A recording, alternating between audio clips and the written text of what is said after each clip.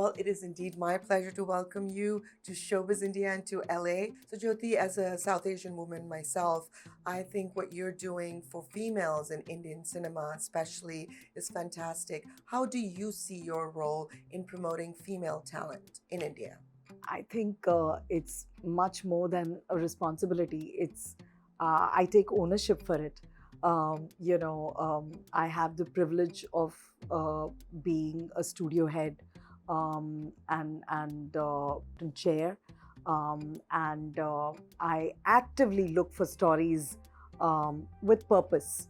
Whether it's about women empowerment or it's sustainability, the environment, important messages that are relevant to the times that we live in. And Lost Ladies is one such story, which has a lot of heart, a lot of purpose. It's a very important story.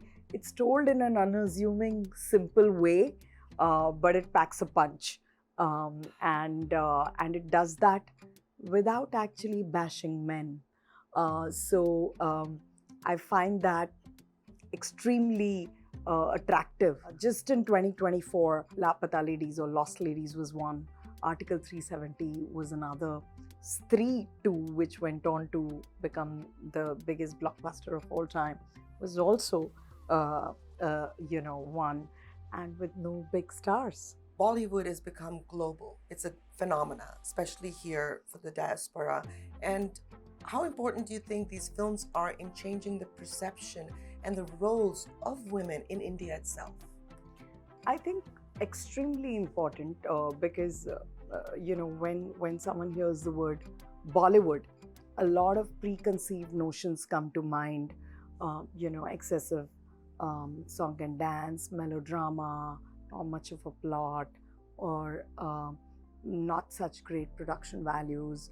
But you look at Lost Ladies, every frame is picture perfect. It's been edited to a fine finesse where, I think this film is right up there in the craft of filmmaking, in the artistry of filmmaking, as any other international film. Tell me about your collaboration with Aamir and Kiran.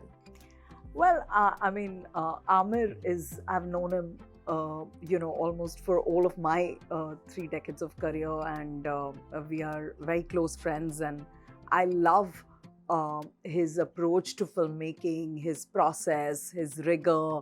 So if Aamir decides that he wants to make a film, that's already half of anyone else's job done, because he would have gone through such a rigorous process before shortlisting a story.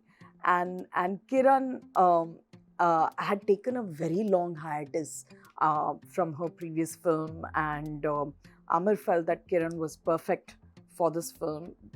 A delightful people to work with. Aamir I knew already very well, and Kiran I got to know very well during the process of this film. And I know that she's tenacious, she's passionate, she strives for excellence as much as Aamir and me do. And tell me, what would you like the audiences to take away from this film? I have 3 or 4 words for it. I think it's like it gives you a warm, fuzzy feeling. It's like this wonderful blanket of positive feelings. It's extremely progressive. It's hopeful. So it's not a morbid film. It's not a toxic film. Even though it's talking about women empowerment, about women finding their identity, finding their purpose, finding their agency, even after they are, just because they're married doesn't mean their identity is all about someone else. And other women have to support women around them. Many women can't support themselves. And if you see such a woman, extend your help. And I would say the same thing to men. All men are not monsters.